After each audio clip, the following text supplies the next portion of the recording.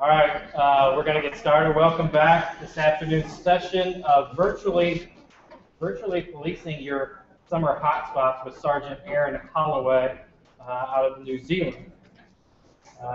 Sergeant Holloway is the Intelligence Collection Coordinator for the Bay of Plenty Districts in the New Zealand Police. He has led the social media developments in the Bay of Plenty District and nationally for the New Zealand Police. He's currently leading a team of creating a national social media policy and police negotiation teams, armed offender squads, and special tactics group.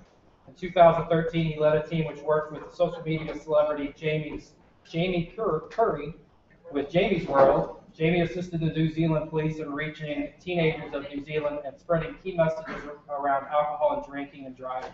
Jamie has nearly 8 million likes on Facebook, and her Jamie's World style video has nearly 800,000 views. Please welcome Aaron Holloway. Thank you. Is that up there? No, not yet. Switch the screen.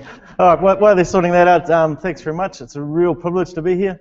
Because being from New Zealand, we're down in the little tucked away world, and we don't really know what we're doing is the same as what everyone else is doing. So it's really good to be here to see what everyone else is doing and how they're working things. So just a quick, I know we're a little bit pushed for time today, so just going to run quickly through some of the stuff that New Zealand Police, how we are, where we're from, that sort of stuff. As you see there right in the middle, the key is prevention first, and that's a huge strategy and mind shift for the New Zealand Police. We've now moved away from focusing on offenders to focusing on victims, and it's all about prevention for us. And that's where social media really fits into us, because it's a great prevention tool for us to get out there. Just a quick overview of some of the stuff we've got there. We're one of the few unarmed police forces in the world, so we don't carry guns, so it's a little bit nerve-wracking seeing people in this room with guns. So that's all right, but I'm slowly getting used to it. That doesn't mean we don't have a tactical response. We definitely do. We have all the toys. We just don't have them on display. As you can see, 47 murders last year. I know there's probably some cities here that probably have that in a day. So we're pretty safe. We're having a pretty good time at the moment. On average, we have around 360,000 crimes nationally. And saying that, we are a national police force, so we don't have different states like Australia. We're just one whole national police force, which has its good advantages and its bad advantages as well. So we're split up into 12 districts. Some of those districts, like myself, our district is blazing ahead with social media. There are other districts who don't want to touch it, and there's others in the middle. And so that's quite a challenge for us. Also, one of the biggest things which I was really excited about last year, our government approved rolling out of just approximately about 12,000 iPhones and iPads to all our officers, not frontline only, but everybody. If you're sworn, you get one. So we were like, awesome. And we have all our mobile apps and everything on there, which allow us to access all our databases and everything like that. So we were hoping, great, we can push social media out on these. Awesome, we're away. And then we hit ICT, a few problems. Still working through those issues, so we're not perfect. Myself, as I said, social media is more of a portfolio for me. I don't do it full time. I'm not employed to solely do social media or media in general. I work alongside Kim Perks, our communications manager, who is awesome, and we forge ahead and try and do things together. But I also have a day job as well around intelligence and collection, so it's a little bit challenging at times. I suppose the New Zealand Police's social media presence, we have about 34 Facebook sites, and that's both national and district level, and also right down some stations with 2 or 3 people that work there. They have their own ones as well. So a broad range of what we're doing with social media. We only have one YouTube channel. That's an official New Zealand Police one. And then we have 4 Twitter accounts, one being our district's. And this is probably the growing medium for us is around Twitter, because we find it easier to manage. So first of all, I'm just going to discuss a couple of case studies. I'm going to give you 3 case studies today. We're just going to walk through them. And obviously it's more from my point of view as an operational cop and how we use social media. 2 of them are going to be around communicating with your public, and one is more around how we use social media operationally to deploy our resources. So looking at this beautiful beach there, this is Mount Maunganui in New Zealand. It's, as you can see, the weather's like that 24/7, 365 days a year. It's just amazing, but like Tampa. No, not really. But so this is one of our main hotspots, Mount Maunganui, in our district and also nationally. It's a great place to go for the summer holidays. And I suppose you can compare it to a spring break sort of venue. Everyone goes there, especially for New Year's Eve, because New Year's Eve in New Zealand, it's summer. So it's hot, everyone's out, Christmas is good long breaks. So that's why everyone flocks. So on New Year's Eve, that sort of picture changed to this picture. So you have tens of thousands of young people on the beach partying up, having a great time, and obviously a whole lot of alcohol being drunk. So in the past, we've had some issues, definitely around that amount of people and that amount of alcohol. I'm just going to show you a short video, and hopefully this will work.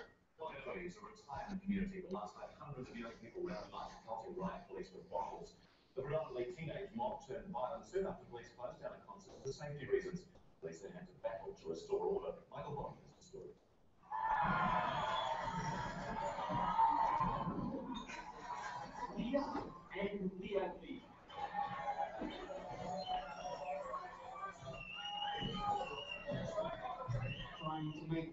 So I'm sure these sorts of pictures are quite similar throughout your districts.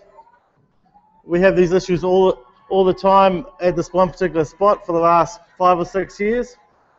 Not to this serious nature, where it was a full-on riot.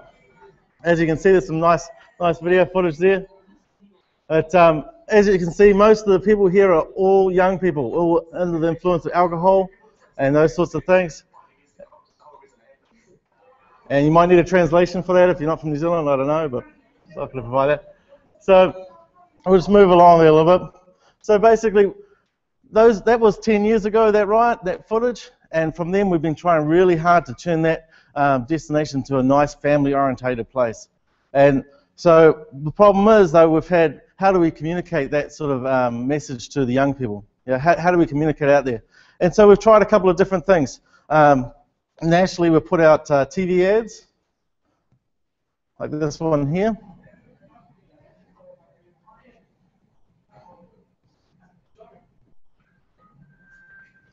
So basically, I'm not driving, I'm drinking, but I'm not going to drive, or if you're going to drive, don't drink. Then New Zealand Police decided, hey, we'll get into this, we'll have a go.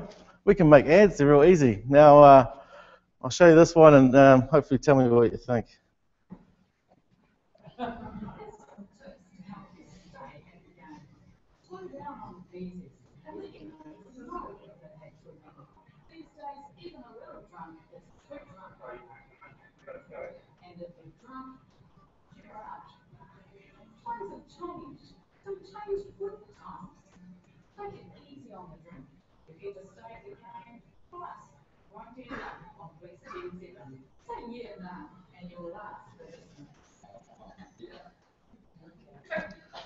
Yeah, it's a little bit of a mixed response there, really. Yeah, as you can see, we have a really good videographer and that sort of department in New Zealand Police. But they tried. You know, at the end of the day, we're trying. They put it up on our YouTube channel going, yeah, we're going to get lots of views on this. I think it was about 300 last time I checked it. So not really hitting home to where we're after, eh? So we also did print media as well. They chucked up these big sort of posters and things like that around drink driving, using young people. Think that'll work nicely. It's got a young person in it. They'll identify with it. But it didn't really seem to hit the spot. So what we decided in our district was, how are we going to reach these young people? How are we going to get through to them? Because they're not watching TV. They're not looking at our posters. You know, they're definitely not looking at the YouTube channel. That's for sure. So we had to think about different ways of interacting with the public. So I know many of you out there have done virtual ride-alongs, and this was an idea that I floated with our comms manager. Let's try one of these virtual ride-alongs where we tweet about what's happening. And so we went to our management, sat down with them and said, I want to do a virtual ride-along. They're like, a what?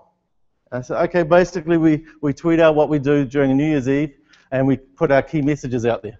They were very, let's say, risk-averse around that sort of approach, because how do we manage that? How do we control, once it's left us and we've tweeted, how do we control that? And as you all know, you can't. You've just got to go with your gut feeling and hope that it's right, have contingencies in place. So we sold it to our management team, and we decided that what our tweets were going to be about. We're going to be about an incident, first and foremost. But these incidents we were going to select. We weren't just going to do coverage everything, tweet out everything that was going on. We were going to select incidents. And then we're going to couple that tweet with a key message.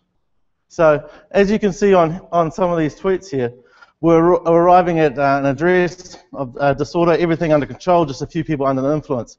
That's the incident. Then we've got the key message, look after your mates. And that's a key message which we tried to hammer out all the time. You'll see by a whole lot of these other tweets that we've going out there, there's definitely a key message in there, because that brought value for us. It wasn't just sending them out for any reason. The value was we were getting our key messages out, and we're hopefully reaching the audience that we were targeting.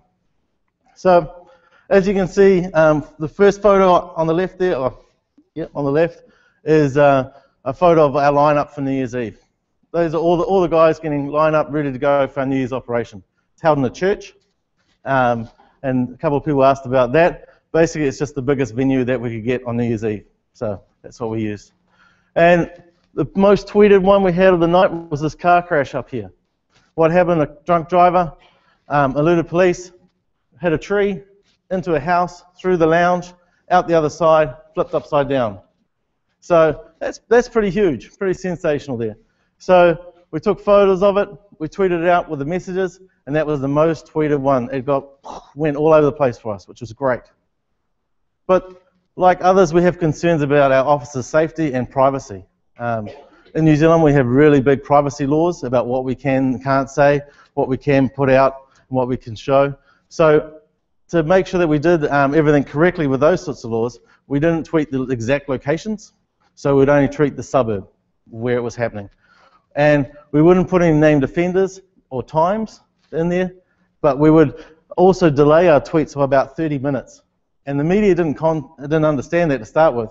So they were turning up at this lovely car crash, hoping to get a lot of photos, and the car was already on the tow truck getting towed down the road. And then they're like, that's not very nice. Didn't fit their plan. We did a Twitter report at the end of the night, and 45,000 reach, which was great for us. We're like, we've never had that sort of success before. That's awesome. And it really sort of built the founding blocks with our management team around, hey, we can do something, it can be successful, and we can control it within certain means. So for us, it increased the exposure of our key messages, which was one of our main goals. Positive responses from our community and stakeholders, so the local councils, security companies, community groups are all really happy that we're doing this, because it was really positive sort of around. Increase in Twitter followers, we got about another 200-300 Twitter followers out, and for us that's pretty good. But for us, unable to measure the actual success of the operation. So when we went back to the management team and did the debrief, they were, how many crimes did it stop? How many drink drivers did it stop? What's the tangible stuff? And we couldn't really give that to them, unfortunately. And then came the expectation that every New Year's or every major event, we were going to do these same sorts of things. And that's not for us to be able to do with our resources at current. So, right, moving along. Who knows Jamie Curry? Hands up in the room. Oh my God, that's disappointing. No, that's actually really good, because she doesn't appeal to anyone in this room, unless you're 13 to 24. Maybe some 24-year-olds in here. So she, as mentioned previously, is from a New Zealander from Hawke's Bay, rural town. Average 16, 17-year-old girl, goes to school. One day decides to come home, create a Facebook site.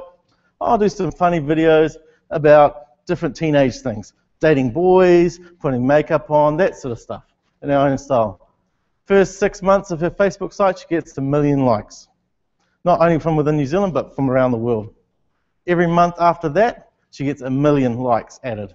So currently she's, I think, about 9.2.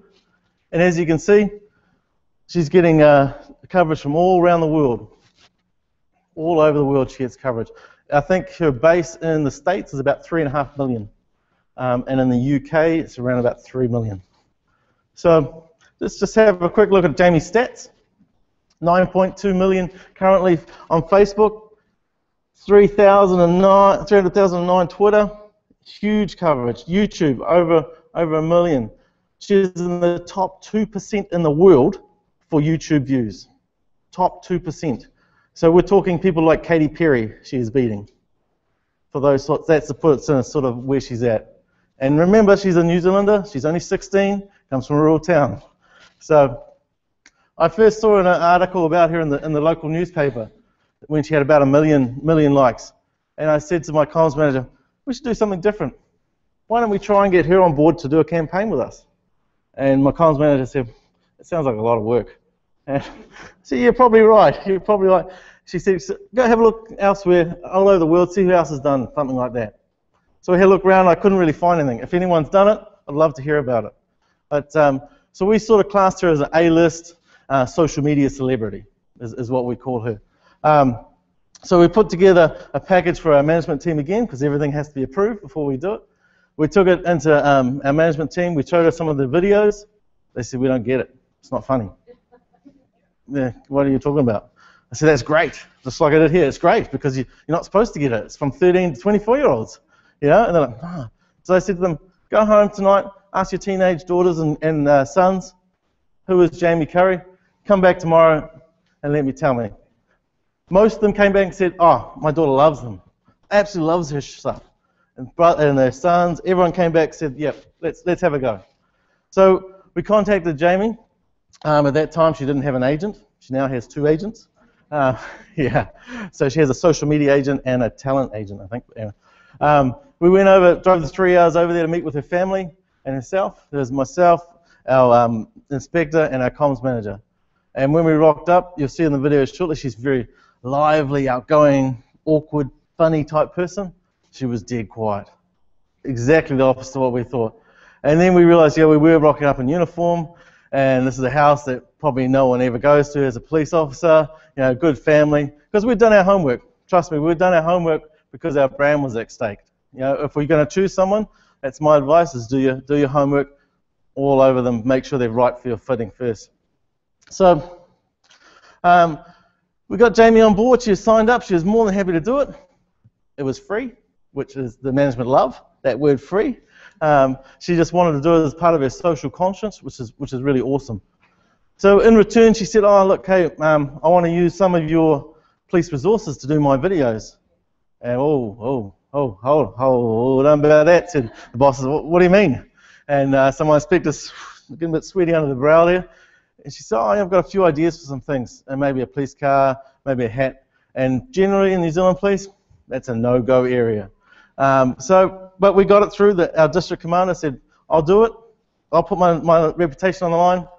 And my advice to you, Aaron, is if this goes really well, it's my idea. If it's really bad, it's your idea. So just a quick 10-second video here for you.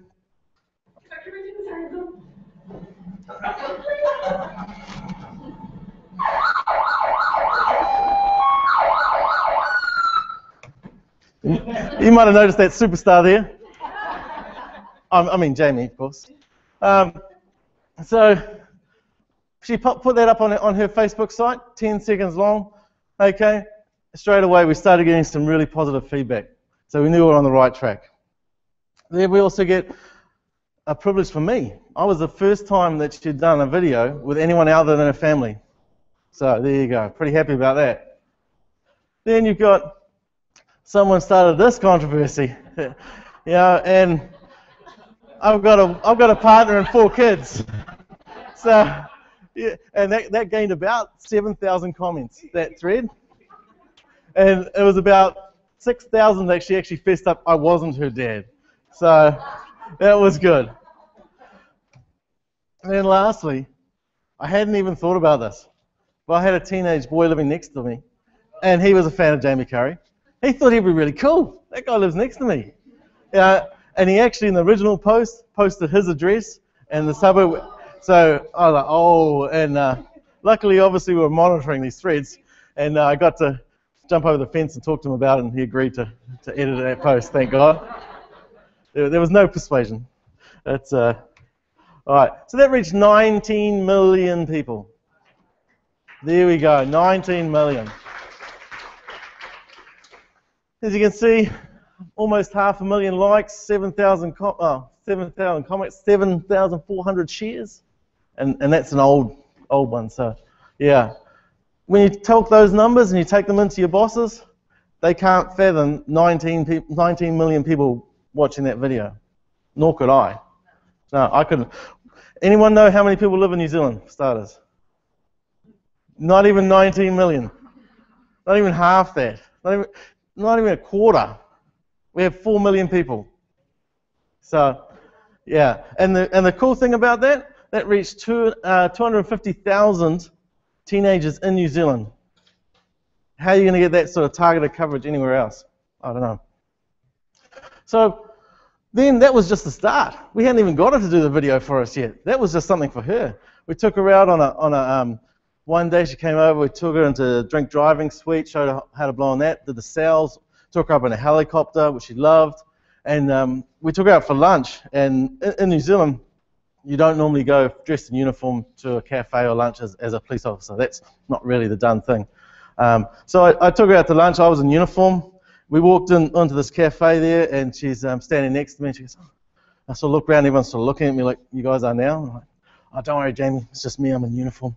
And I walked down, we sit down, and then she's surrounded by 15 teenage girls going, Jamie, can we get a photo, Jamie? I was like, oh, okay, that's fine. So then at the end of the day, we got Jamie to do a video for us. And this is where it took a lot of trust in Jamie. And a lot of trust, I suppose, from our management and myself and Kim. Because we couldn't tell her how to do the video. It had to be in her style, or else it would look like that previous one you'd seen from police. And that wasn't going to do anything. So we had to say, okay, Jamie, these are the themes we want you to cover. Go away and do what you like. Work your magic on it. We thought she was going to come back with a 30-second minute video. She came back with a 4-minute video. So this is what I've done. Are you happy with that before I post it? And we were like, yeah, we're pretty happy with it. Because the main reason we chose Jamie, no swearing, doesn't drink, and also doesn't do anything provocative in her videos. So we were pretty happy about that. So you might need some translations for this as we go through, but we'll see how we go with it. Hi, guys.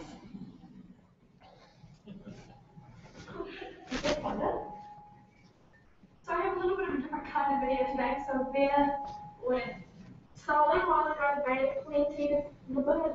the Bay of Plenty Police Department came to me and asked if I'd like to be a part of the campaign for keeping teens safe over the summer. It's going to be one of those days, isn't it? Obviously, if you live in like America or the UK, it's winter, so just go with it. This video isn't here for me to preach at you guys and tell you not to do things and be good little children of the universe. And it's here for me to remind you that as teenagers, we kind of think we're invincible, but we're not. We can get hurt. I think the hardest thing as teenagers is to say no. So say you're going to a party and you told your mum you're going to drive there and you're going to drive back and you're not going to drink any alcohol because you have to drive. And then you're at the party and people are like shoving drinks in your face going, oh, just that one won't hurt, don't be else there, you're so uncool. And obviously when you say yes, you're going to drive home under the influence of alcohol, which is an unsafe one for you and also other people if you crash and injure someone. So just say no. Here's a little skit to demonstrate. No, I've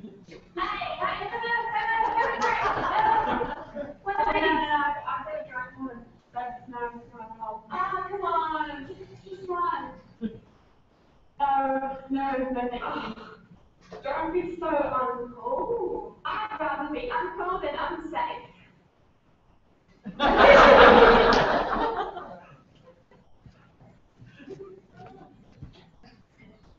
And another example of saying no is when the driver of the car is under the influence of alcohol and they are, egging you on to get into the car. Once again, you're putting yourself in danger by getting into the car with someone under the influence of driving, drunk alcohol. I know, I'm just getting so flustered. Like, why do people do it? Just don't do it. Here's a little skip to demonstrate. Hi, Jenny. Come in, we're gonna go for a drive. It's really unsafe. No, just call my mom. She'll come pick me up. Come on, don't be uncool. No, I'd rather be uncool than unsafe. See yourself, you're good. So I'm going to sum up. Just keep yourself safe. Please don't do something that could put yourself at risk or others at risk, just for the sake of being cool. And yeah, so that's the video for today. Yeah, I hope you guys took something from it, and you all have a wonderful Christmas and New Year, and don't forget to be safe.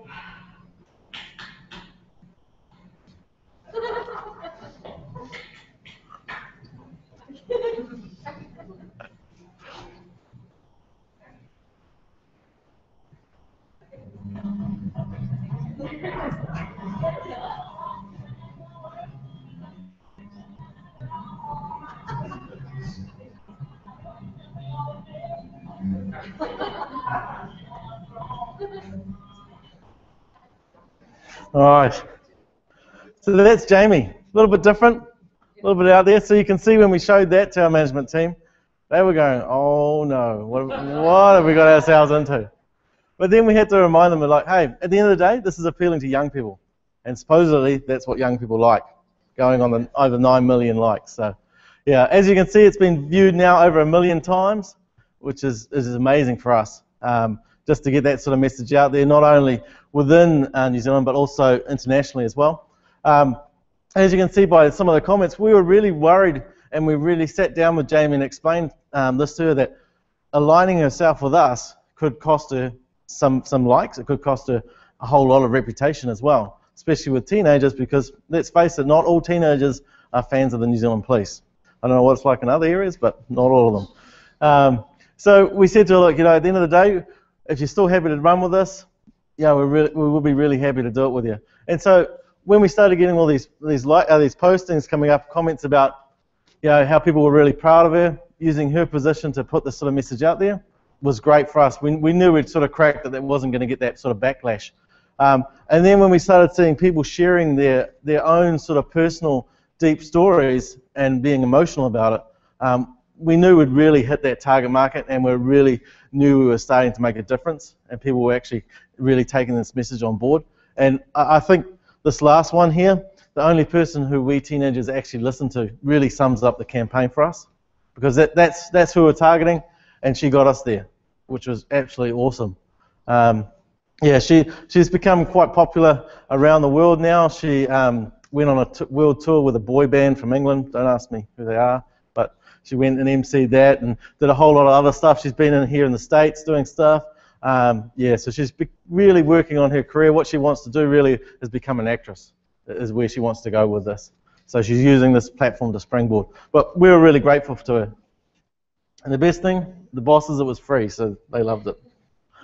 So the positives for us, it was a massive increase in exposure for our key messages in New Zealand and overseas. That's what we set out to do.